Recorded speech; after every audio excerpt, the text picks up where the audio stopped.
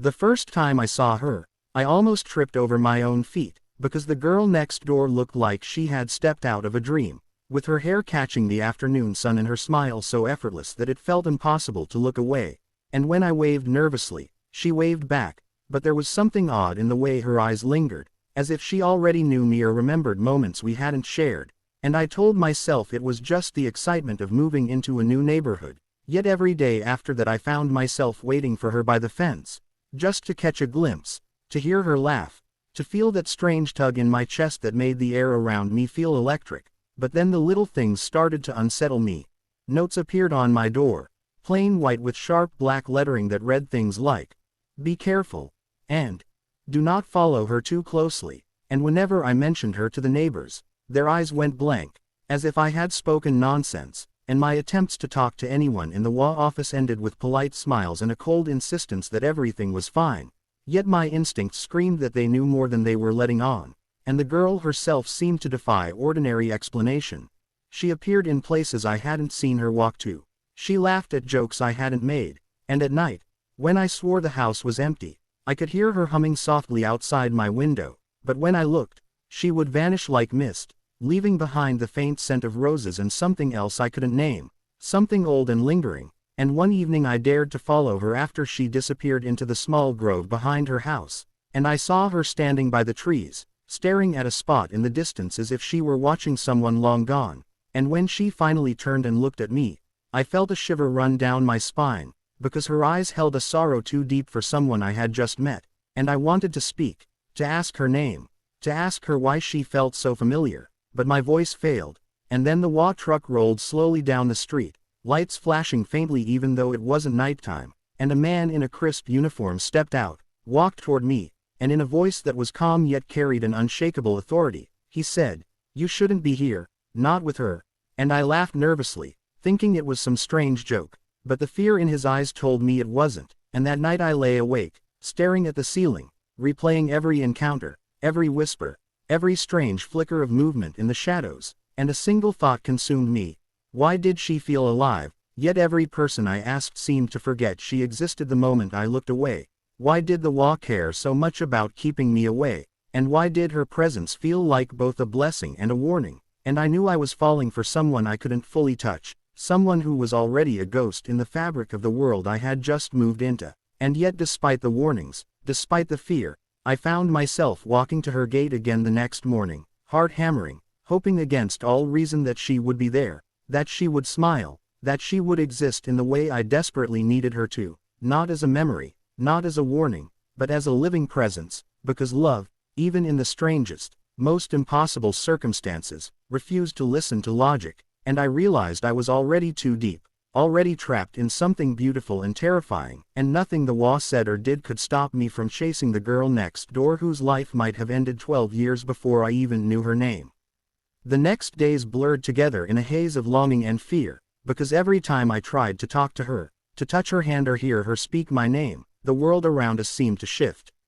Shadows stretching longer than they should, the air growing colder, and sometimes I swore I could see her reflection in windows and mirrors, but it wasn't quite right, slightly delayed, slightly off, as if the real her existed somewhere else, somewhere beyond the reach of the ordinary. And yet she smiled at me, a soft, sad smile that made my chest ache with a mix of hope and dread. And one afternoon, unable to bear the uncertainty any longer, I went to the HOA office determined to find answers, pushing past the receptionist, whose eyes flickered with unease as if they already knew I shouldn't be asking, and I demanded to know who she was, why everyone acted like she was invisible, why my neighbors pretended not to see her. And the man who had warned me the first night stepped out from behind a door I hadn't noticed before, tall, sharp, impossibly composed, and he gestured for me to sit, his hands clasped over a file that looked decades old, and as I watched, he opened it, revealing photographs, newspaper clippings, and official reports,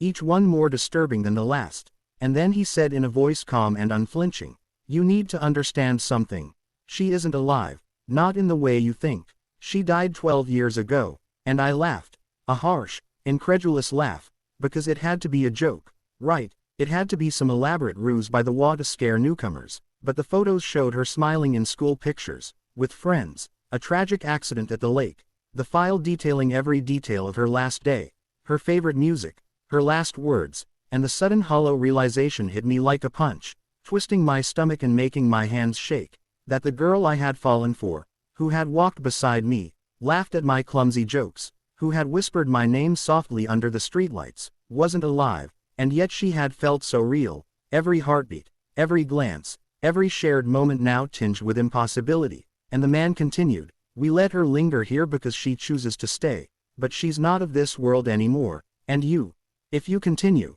risk tethering yourself to something that cannot remain." And I felt my knees weaken, but a stubborn, irrational hope rose within me, because every time I had seen her, every time her smile had reached me, every time her laugh had brushed against my ears, it had been so alive, so tangible, so achingly real that I couldn't accept this truth fully. And later, that evening, I returned to her house, unable to resist, and she was there, on the porch, her eyes catching the moonlight, looking at me with the same warmth, the same familiarity, and I whispered, trembling, I know now," and she tilted her head, lips curving into a gentle, sad smile, her voice a soft echo only I could hear, "It doesn't matter.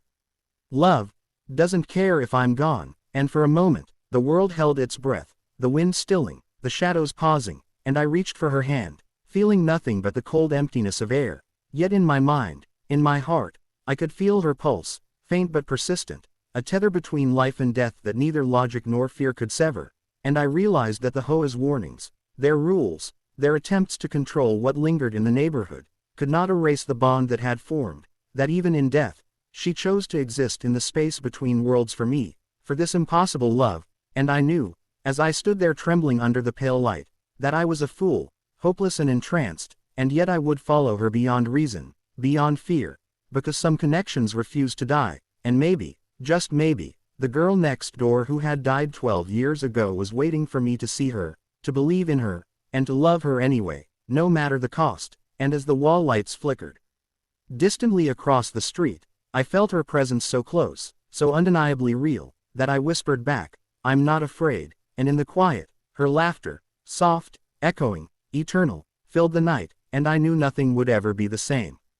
The day after I accepted the impossible truth about her existence, I started noticing the little patterns the HOA had been trying to shield me from. The way their surveillance cameras never captured her when she wandered in the yard. The strange glances exchanged between neighbors who acted like witnesses to some secret ritual. And I realized that the neighborhood itself had rules that went beyond lawns and trash cans. Rules that dictated who could linger in the living world and who had to remain in the spaces between life and death. And as I observed her moving gracefully through the sunlit garden, tending to flowers that seemed to bloom only for her, I felt the paradox of loving someone who was both present and absent, a duality that twisted the heart with longing and fear. And I tried to speak to others about her, about the moments we shared, but their faces blanked, memories slipping from their minds as if they had never happened. And the HOA seemed to enforce this forgetting with an almost mechanical precision, maintaining a fragile balance between the supernatural and the mundane. And yet she persisted, smiling at me from the porch in the evenings,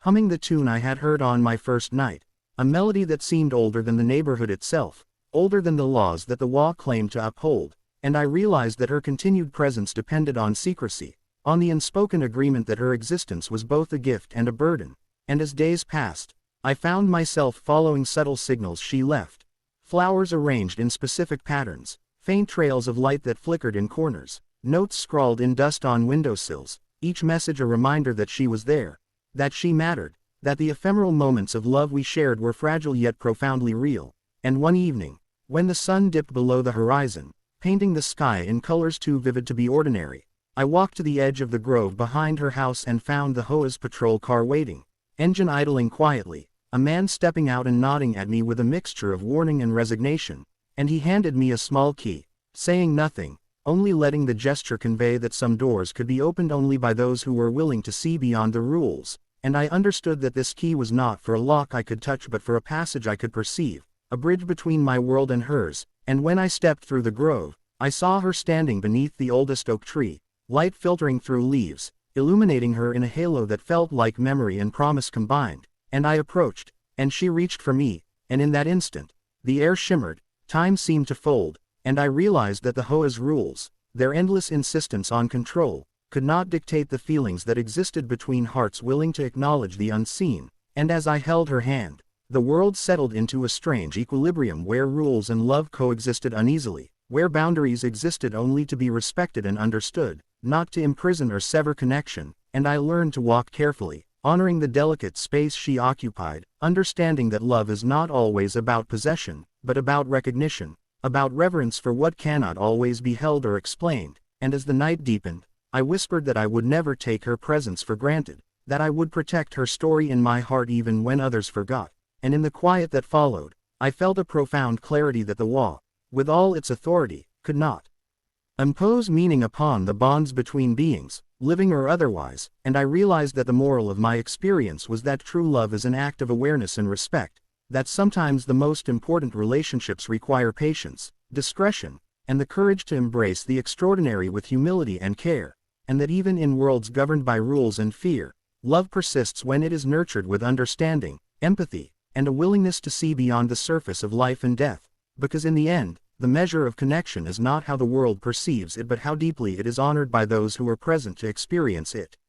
The nights grew longer, and with them, my understanding of the delicate balance the wall maintained between the ordinary and the supernatural deepened, because every time I tried to capture her presence in a photograph or record her voice, the device would fail, the battery draining, the memory card empty, as if the world itself refused to document what existed outside its rules, and yet she remained, walking through gardens, lingering in corners of the house where light bent around her, leaving traces of warmth and fragrance that no one else could sense, and I learned to move silently alongside her, noticing the subtle signs she left for me alone, the slight movement of curtains, the whisper of wind through the trees, the gentle brush of her fingertips against leaves that seemed to bloom only for our shared moments, and in this quiet communion, I felt a truth that the wall could not enforce, that love is not always visible, cannot always be measured, and does not require acknowledgement from the world to exist, and I began to understand that the rules they imposed were not just about control but about protection,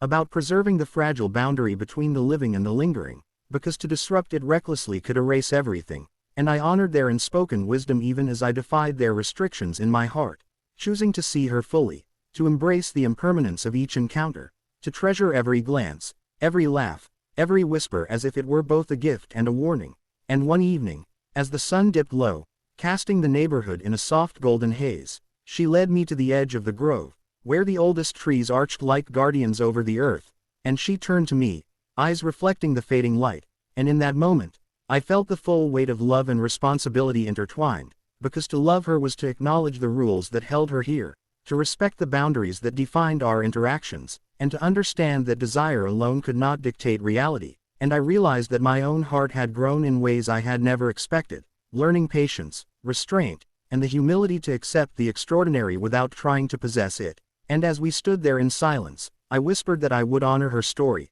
protect the secret of her existence, and never take for granted the moments we shared, because in doing so, I could keep her spirit safe from harm while allowing our connection to flourish in its own quiet, sacred space, and the gentle breeze seemed to carry her agreement, a soft sigh that echoed through the trees like a promise, and I understood that the ultimate lesson of our time together was not about breaking rules or defying authority, but about recognizing the value of presence, however fleeting, and nurturing it with care and respect, because true love does not demand possession, it does not seek control, it simply honors and cherishes the other's existence, and in that understanding, I found a profound peace, a sense of purpose, and a moral clarity that the HOA's boundaries were not obstacles to affection but guides to ensure that love endured